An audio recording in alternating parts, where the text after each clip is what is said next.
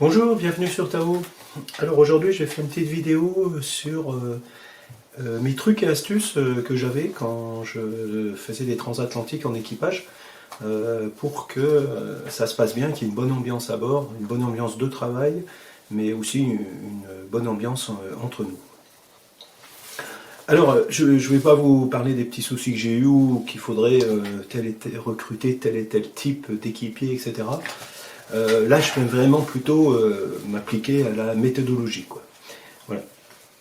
Alors, certains me connaissent surtout comme navigateur solitaire, mais en fait, sur plus ou moins une trentaine de transatlantiques que j'ai faites, en fait, j'en ai fait à peu près une vingtaine en équipage, quoi. Voilà. Alors là, je ne vais pas parler non plus des expériences que j'ai vécues en école de voile, parce que l'école de voile c'est un monde particulier et souvent les petits soucis qu'on peut avoir en équipage, c'est pas par rapport entre guillemets réellement à l'équipage, c'est par rapport à des problèmes d'enseignement. Donc c'est quand même, on rajoute une difficulté par-dessus, quoi. Et comme toujours, dans la description sous la vidéo, le lien vers mon blog professionnel pour ceux qui souhaitent une aide personnalisée pour l'achat de votre bateau, sur le choix du bateau, sur votre programme de navigation, etc. Ou des cours de voile, ou tout autre sujet sur lequel je peux intervenir. Voilà, le lien dans la description sous la vidéo. Alors, donc, je vais vous parler de mes petits trucs que j'avais au moment du recrutement et les petits trucs que j'avais à bord, quoi. Donc tout ça, comme je vous dis, pour avoir une bonne ambiance de travail, parce que moi j'étais dans un cadre de travail, un minimum de sérieux, une bonne équité de traitement entre tout le monde, et le tout dans le but de créer une bonne ambiance pour que ça se passe bien. Alors, la première chose, c'est que quand je recrutais mon équipage, j'essayais de bien expliquer ce à quoi ils allaient s'attendre. Donc, je leur expliquais bien le cadre de l'embarquement, dans quel cadre ils embarquent. Donc moi, mon exemple, vous allez voir, ça va être souvent professionnellement, puisque je faisais des convoyages, donc c'est un cadre bien particulier, mais après vous pouvez l'adapter à tous les différents cadres dans lesquels vous pouvez embarquer des équipiers.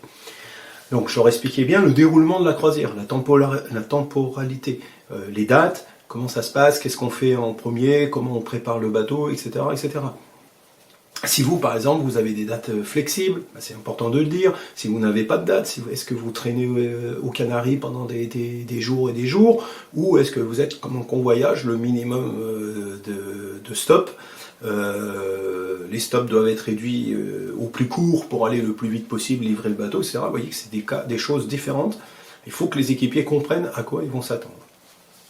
Naturellement, les conditions financières que vous allez appliquer aux équipiers.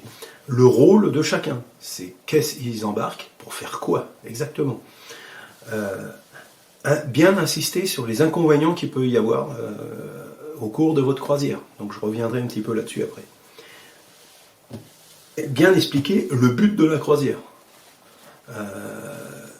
Ça revient un peu aussi sur le déroulement de la croisière, mais bien comprendre le but de la croisière, c'est extrêmement important. Par exemple, moi, en convoyage, le but de la croisière était d'emmener un bateau neuf et de le livrer neuf là-bas. C'est quand même assez particulier. Ça induit certaines choses. Bien expliquer les engagements. Donc moi, je leur expliqué mes obligations professionnelles, les obligations que j'avais par rapport à l'armateur, mais aussi les obligations que j'avais naturellement par rapport aux équipiers. Donc mes engagements, à quoi je m'engageais en les embarquant sur le bateau, qu'est-ce que je ferai, qu'est-ce que je ne ferai pas, qu'est-ce que je ne ferai jamais, et puis mes limites aussi, là où en dehors de quoi je ne peux pas aller, quoi. Et vous essayez de bien expliquer aussi la même chose pour eux, leurs obligations, les engagements, à quoi ils s'engagent, et les limites des équipiers. Par exemple, ils ne sont pas responsables, moi dans mon cas, ils n'étaient pas responsables de n'importe quel casse qu'il pouvait y avoir sur le bateau. Donc du coup, pour favoriser ça, et pour bien cadrer la chose, et pour que j'oublie pas quelque chose par téléphone, etc., et parce que les écrits restent, alors que les paroles, c'est toujours un peu plus compliqué, j'avais pas hésité à faire un document, quoi. Voilà. Alors là, je vous montre le document. Vous voyez, je l'avais appelé règles de bord. Donc là, vous voyez, j'avais bien mis une petite partie. Notre bateau est neuf, une attention toute particulière doit être apportée afin de l'amener à bon port dans le même état.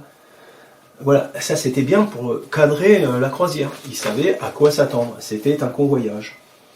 Je leur donnais aussi tout de suite le petit inconvénient qu'il y a au départ dans ce type de navigation, c'est qu'il faut protéger le bateau. Donc je leur avais mis des photos. Donc là, ils comprenaient la préparation du bateau, ils comprenaient pourquoi il fallait venir 3-4 jours avant le départ estimé, parce qu'il y avait tout ça à faire. Ils savaient aussi, arriver à bord, qu'ils allaient m'aider à faire cette préparation, puis qu'on allait faire la liste des courses avant de partir. Alors, je leur expliquais bien que le voyage n'était pas du charter, c'est un convoyage, voilà, etc. Et alors aussi, j'expliquais bien naturellement les règles de bord ultra importantes, soit des règles de sécurité, mais aussi des règles plus générales. Donc, par exemple, ne pas apporter de drogue ou de produits illicites, ne pas consommer à bord d'alcool. Donc l'alcool, je vais un petit peu préciser, donc c'est un gros sujet de discussion, mais moi dans un cadre professionnel, j'avais pas envie de m'embêter à gérer ce genre de problème. Donc c'était plus simple pour moi, il n'y avait pas d'alcool, quoi, voilà. Et celui à qui ça convenait pas, il n'embarquait pas avec moi, mais de toute façon ça n'aurait pas convenu, parce que moi les gens qui boivent en mer, c'est vraiment pas mon truc, quoi, voilà. Alors, l'obligation de suivre les règles de sécurité du bord. Donc moi j'exigeais par exemple que les équipiers soient attachés la nuit, etc. Voilà, ils s'engageaient à respecter ce genre de règles, quoi. Être considéré comme membre d'équipage et non comme passager. Voilà, ça c'est des choses qu'il faut que vous précisiez. Il y a des bateaux qui embarquent des équipiers. L'équipier, il a payé une prestation, il est équipier, il est passager. Vous voyez, il y a plein de moments où tout ça peut être assez flou. Donc c'est bien de le préciser, quoi. Alors là, vous voyez, c'est un peu la temporalité, quoi. Les itinéraires, les escales, les dates de départ et d'arrivée peuvent subir des changements qui dépendront, etc. La chose par rapport à la cuisine aussi, je commençais déjà à cadrer là. Considérez que dans une navigation, il n'est pas possible de préparer différents repas pour chaque personne et en conséquence de manger ce que le cuisinier de corps prépare. Les repas sont pris ensemble dans la mesure du possible. Donc moi, ça c'était une règle extrêmement importante que j'appliquais à bord pour qu'il y ait un certain rythme. Je reviendrai un peu plus tard là-dessus. Mais voilà, ils étaient prévenus avant d'arriver sur le bateau. Prendre mon tour pour préparer les repas, servir et nettoyer la vaisselle et le bateau. Rangement, confort, plus respect, plus sécurité. Donc j'ai insisté particulièrement sur l'aspect que le bateau ne devait pas être en bordel dans les parties communes. Après, ce qu'ils faisaient un peu dans leur cabine, ça c'était un petit peu leur problème. J'allais pas, leur cabine était leur endroit intime. Moi, j'allais pas intervenir là-dedans, quoi. Lorsque vous voyez quelque chose de mal fait ou à faire, sale ou mal rangé, n'attendez pas le quart suivant. Faites-le, même si vous n'êtes pas responsable. L'exemple et la bonne volonté sont les meilleures attitudes pour une bonne ambiance. Et ici, je marquais même, vous voyez, avec de la couleur pour bien essayer de faire comprendre. L'attitude est primordiale. Chaque membre d'équipage arrive avec ses objectifs, ses ambitions, son expérience, ses qualités, ses défauts. Recherchez et utilisez toujours le meilleur de chacun. Surtout, et spécialement pour les néophytes, rappelez-vous que si romantique que soit la navigation à voile, vous rencontrerez l'inconfort, la porte peut-être, et rêverez du retour sur la terre ferme et d'un hôtel à 5 étoiles. Donc ça c'est extrêmement important parce qu'on embarque beaucoup, surtout maintenant, d'équipiers, maintenant je pense que ça c'est toujours fait, parce que moi même dans les années 90 c'était déjà le cas, d'équipiers qui sont totalement ou quasiment inexpérimentés, qui n'ont jamais fait de longue navigation, voire même qui n'ont quasiment jamais fait de bateau. Donc il est bien important de rappeler que la mer, c'est loin d'être un milieu toujours très sympathique, etc. Et que ça peut être très dur, quoi. Alors, et là je tenais aussi, parce que c'est quand même extrêmement important, moi dans mon travail, c'était les consignes de quart. Si les consignes de quart sont bien respectées, entre guillemets, plus de la moitié de mon travail était certain d'être réussi et j'étais certain de livrer un bateau en bon état de l'autre côté, quoi. Donc, moi, la principale consigne que j'avais, c'est qu'ils étaient là pour faire de la veille et qu'ils devaient appeler le skipper, donc moi, dès qu'il y avait besoin. Donc je remettais le vent forci ou change de direction, on m'appelle. Vous voyez des bateaux, des feux, des objets, on m'appelle. Vous voyez du mauvais temps approcher, une cible apparaît, etc., etc., etc. Alors, et là, je mettais bien en gras aussi, prévenir le skipper pour les manœuvres. Aucune manœuvre en solitaire, aucune manœuvre sans le skipper. Alors ça, c'était une règle qui pouvait des fois un petit peu changer, parce qu'au bout d'un moment, l'équipage, quand je voyais qu'il y avait certains qui avaient des réelles aptitudes, des petites manœuvres simples comme sortir le genou, etc., je les laissais faire tout seul, quoi. faut aussi quand même donner des responsabilités. Autant il faut cadrer l'équipage, autant il faut aussi lui laisser les responsabilités. À des moments, c'est le plus possible de lui donner des responsabilités. Donc le juste milieu entre les deux est peut-être parfois un peu difficile à trouver. Et puis bon, vous voyez, je mettais quand même des petites photos sympathiques pour leur donner quand même un petit peu envie de venir. Après, les consignes de quart, donc comprendre et suivre les consignes de quart, etc. Assurer une veille permanente, efficace grâce à des tours visuels d'horizon, etc. Vous voyez, voilà, donc tout ça, c'était dans le but que mon équipage comprenne dans le cadre dans lequel je les embarquais, et qu'il n'y ait pas de discussion possible une fois en mer, quand je redonnais quelques consignes, etc. On ne pouvait pas me dire, ah, mais attends, là, j'étais pas au courant, etc. Donc ça, c'est quand même un document extrêmement important que vous réfléchir en amont, et ce qui va vous permettre aussi parce que si vous n'avez pas l'habitude d'embarquer des équipiers, ce qui va vous permettre aussi vous-même de réfléchir à ce que réellement vous cherchez, quoi. Et à ce que réellement vous exigez d'eux, etc. Est-ce que vous êtes prêt à donner, offrir les limites un peu, entre guillemets, de votre hospitalité, si je puis dire, parce que personne ne vient à bord de votre bateau, donc c'est quand même quelque chose de très particulier. Donc il y a peut-être des limites, des choses que vous ne voulez pas que les équipiers fassent. Là, c'est bien que vous ayez réfléchi à ça en amont, et que ce soit mis par écrit, et que les équipiers le reçoivent. Alors, une fois à bord du bateau, moi c'était dans un cadre de convoyage, donc la première chose qu'on faisait c'était on préparait le bateau, mais avant le départ je refaisais une réunion, et je reprenais certaines choses du document, mais aussi je rentrais un peu plus dans le vif du sujet, quoi. Donc là aussi dans cette réunion, je réexpliquais l'écart, et c'est là que je faisais l'écart. Est-ce qu'on va faire des quarts de 2 heures avec 4 heures de sommeil, 2 heures avec 6 heures de sommeil, 3 heures avec 6 heures de sommeil, etc. Alors moi j'étais pas très rigide là-dessus, j'expliquais un petit peu les avantages et inconvénients de chaque système, et en fait on décidait ensemble, tout l'équipage on décidait ensemble de comment on allait faire l'écart.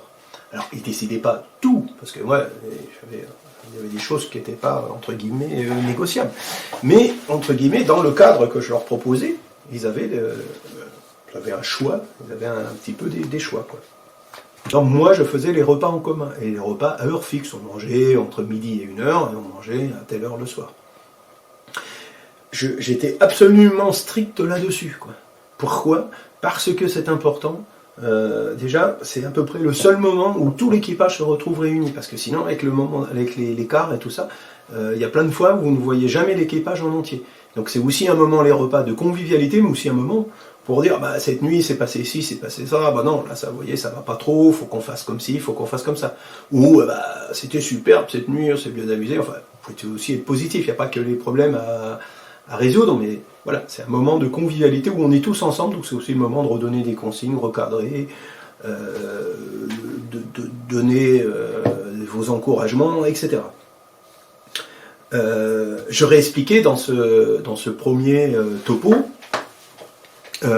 donc la gestion de propreté du bateau et tout ça, des règles aussi simples que on fait la cuisine, on fait la vaisselle, on range la vaisselle, quoi. La vaisselle elle traîne pas dans l'évier jusqu'au lendemain ou 2 heures après, non. On a fait la cuisine, on mange, on fait la vaisselle, on range, quoi. Moi je voulais que les endroits communs soient propres, voilà. Et je recadrais bien ce que chaque équipier avait le droit de faire ou de ne pas faire, voilà. Après, alors, il faut réussir sur un bateau, pour que la croisière se passe bien, il faut que le skipper s'impose.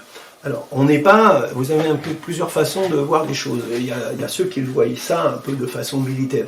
Ils estiment qu'ils sont le skipper, qu'il n'y a pas de discussion, si je puis dire, à avoir. Ils sont le skipper, les gars doivent écouter ce qu'ils disent. Bon, dans l'absolu, c'est comme ça que ça se passe, c'est vrai. Il n'empêche que nous ne sommes pas dans la plaisance, dans un système militaire. On ne peut pas mettre quelqu'un au fer s'il refuse d'obéir.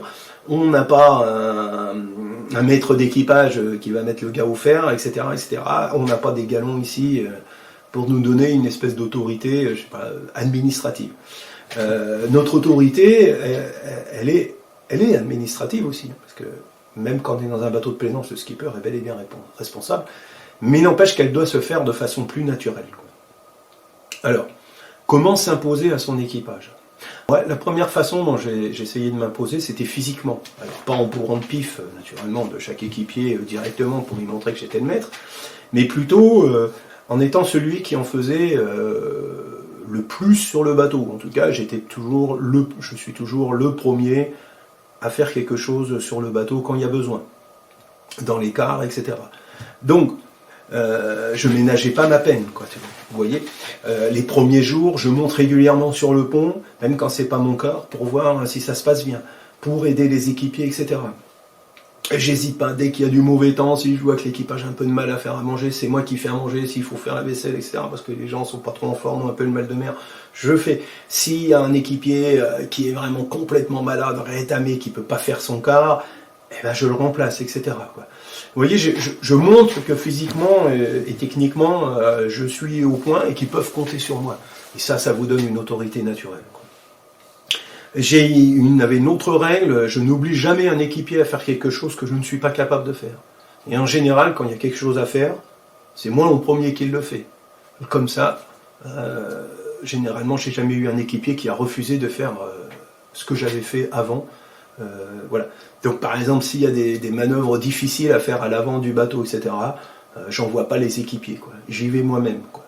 Et si après je demande à un équipier de venir, il a vu comment j'ai fait, il a vu que c'était possible, donc il va plus facilement accepter ceci.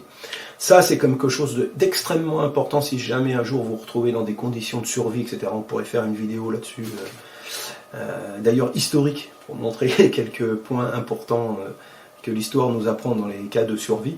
Mais il est extrêmement important de montrer l'exemple. Je crois que c'était une règle que disait Tabarly, mais bon, voilà, en tout cas, j'ai toujours fonctionné comme ça. J'exige toujours que mes équipiers fassent leur quart. Alors, il peut y avoir des exceptions, hein, si vraiment le gars il est ruiné, le mal de mer, etc. Bon, on va pas mettre non plus quelqu'un qui est malade, qui peut plus assumer son quart, même s'il en avait la volonté, ça serait complètement idiot. Mais sinon, par exemple, quelqu'un qui me dit la première nuit, ah non mais là j'ai peur, tu crois que ça va bien se passer, etc. Non, je lui dis, t'es là pour venir faire ton quart, tu fais ton quart. Par exemple, je vais l'aider, je vais rester avec lui pendant une demi-heure, pendant 1 heure, je vais l'installer, je vais lui remontrer les instruments, je vais l'attacher, etc. Après, peut-être, par exemple, si je sens qu'il commence à bien se débrouiller, qu'il commence à avoir un peu moins peur, je vais aller dormir. Mais je lui dis, non, mais là, je suis pas dans ma cabine, je suis juste en bas, hein, je suis juste en carré, hein, tu peux m'appeler. Je vais monter tous les 10 minutes pour le rassurer. S'il faut, je vais même faire plusieurs quarts, les premiers quarts, avec lui, de nuit, etc. S'il faut, je vais demander à un autre membre d'équipage, qui par exemple, qui aurait beaucoup d'expérience, peut-être de partager un petit peu avec lui pour le rassurer et tout ça. Mais je ne vais pas accepter que cette personne ne fasse pas de quart, quoi. Parce que sinon, ça va mettre tout de suite, au bout d'un moment, une mauvaise ambiance dans le bateau, et il faut que l'équipage soit soudé. Alors, je reprends la vidéo parce que ça a coupé. Donc je dis, il faut que tout le monde à bord puisse faire toutes les tâches pour lesquelles il était embarqué. C'est important pour l'équipier, pour la réussite de son projet personnel, car une transat c'est souvent une réussite personnelle, mais c'est aussi important pour l'ambiance à bord. Alors, pour la nourriture et tout ça, moi j'ai toujours fait mes quarts comme les autres, de nourriture, de bouffe, de vaisselle, etc. Mais j'ai souvent remarqué que les équipages, voyant que souvent je me lève quand même la nuit, je fais l'âge, etc., souvent me laissaient pas trop le temps d'en faire beaucoup. Donc j'ai souvent remarqué que j'en faisais un petit peu moins que les autres du point de vue nourriture et tout. N'empêche que j'essaye toujours de participer, etc. Voilà, on revient, hein, ne demandez pas aux autres de faire quelque chose que vous ne faites pas.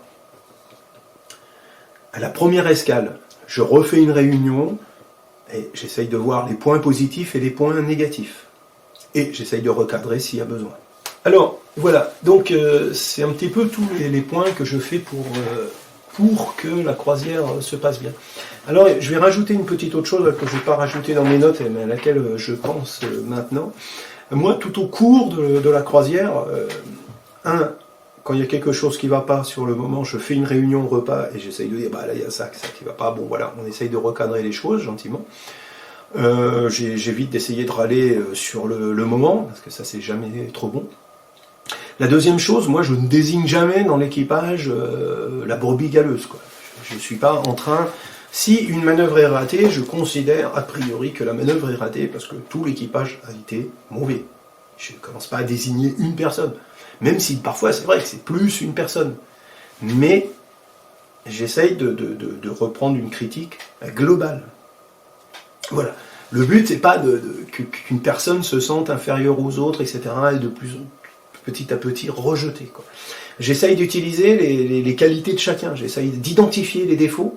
Au bout d'un moment, quand je vois que quelqu'un a des difficultés à faire certaines choses ou un défaut de caractère qui peut perturber dans certaines conditions, bah, j'essaye de prendre ça en compte et de pas la mettre dans la situation qui va révéler ses défauts. Et plutôt d'utiliser une autre personne de l'équipage, par exemple, pour gérer cet aspect-là plus. Voilà, utiliser les qualités de chacun et éviter de mettre les personnes dans une situation de difficulté dans laquelle ils vont perdre confiance en eux, etc. Insister sur l'entraide. Hein. On n'est pas là, non, voilà, on n'est pas là pour désigner telle personne, on est là pour tous s'aider pour arriver jusqu'au bout, quoi. Il faut un équipage, c'est une équipe, c'était pas une somme d'individualité, quoi. C'est un sport collectif. Voilà, je vais finir un petit peu sur ce petit point positif. J'espère que cette vidéo vous a plu. N'oubliez pas de commenter, liker, etc. Et puis je vous dis à bientôt pour d'autres vidéos sur Tao.